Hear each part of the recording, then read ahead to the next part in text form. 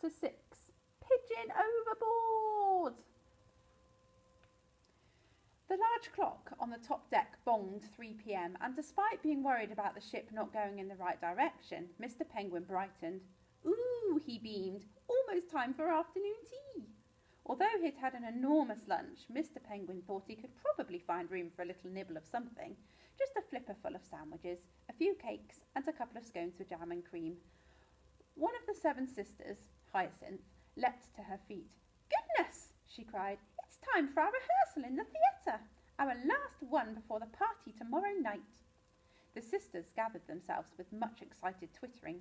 There was a lot of faffing with shawls and handbags and cough sweets, and making sure that hankies were stuffed securely up sleeves of cardigans. Eventually they were ready. Gert played a note on her squeeze box, and in perfect harmony the sisters sang, Do, re, mi, fa, sol, la, ti, do. Come on, Colin, it is time to sing. Everyone clapped while Colin leaped up and straightened his hat. He was ready. He skittered after the sisters as they swished down the deck. But then a few moments later, the third and dangerous thing happened. Whoosh! The ship lurched violently. It felt like the whole ocean had shuddered. Icy spurts of water shot into the air and hammered against the ship. Up on the top deck, everyone squealed and slid over the place. Mr. Penguin fell off his lounger and bounced towards the swimming pool, but at that last moment managed to wedge himself so he didn't fall into the water, which was sloshing about wildly.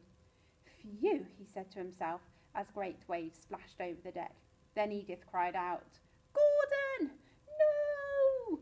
Mr. Penguin snapped his head around just in time to see Gordon, blinking like nothing of interest was happening, slide smoothly across the deck, teeter a little on the edge, and then, plop, disappear. Pigeon overboard! Cried Edith frantically. Pigeon overboard! Action stations!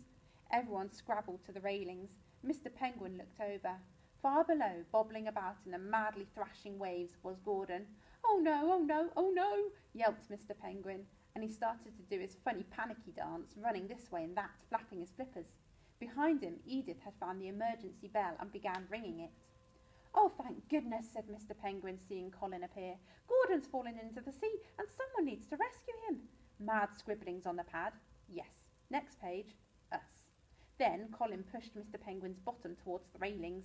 Us? Squeaked Mr. Penguin. But how? Gordon's all the way down there in the water, and we're all the way up. He stopped, because Colin was grinning. No, no, no, no, no, no, said Mr. Penguin. We can't do it. I can't swim, remember? But Colin wasn't listening. He calmly put his pad away, straightened his bowler hat, cracked what would be his knuckles if he had any, and waggled his monobrow encouragingly. Then he delicately shoved Mr. Penguin over the edge of the boat. Oh, now we've got one of these black pages where something's happening under the sea. There it is again, that noise, just at the edge of your hearing. But is it slightly closer now? You only heard it for a moment, but that's enough. You start to fidget in your sleep. You could go and investigate, but that would mean leaving your precious thing, and you mustn't do that. So you sleepily fidget again, shifting and wiggling, wiggling and shifting.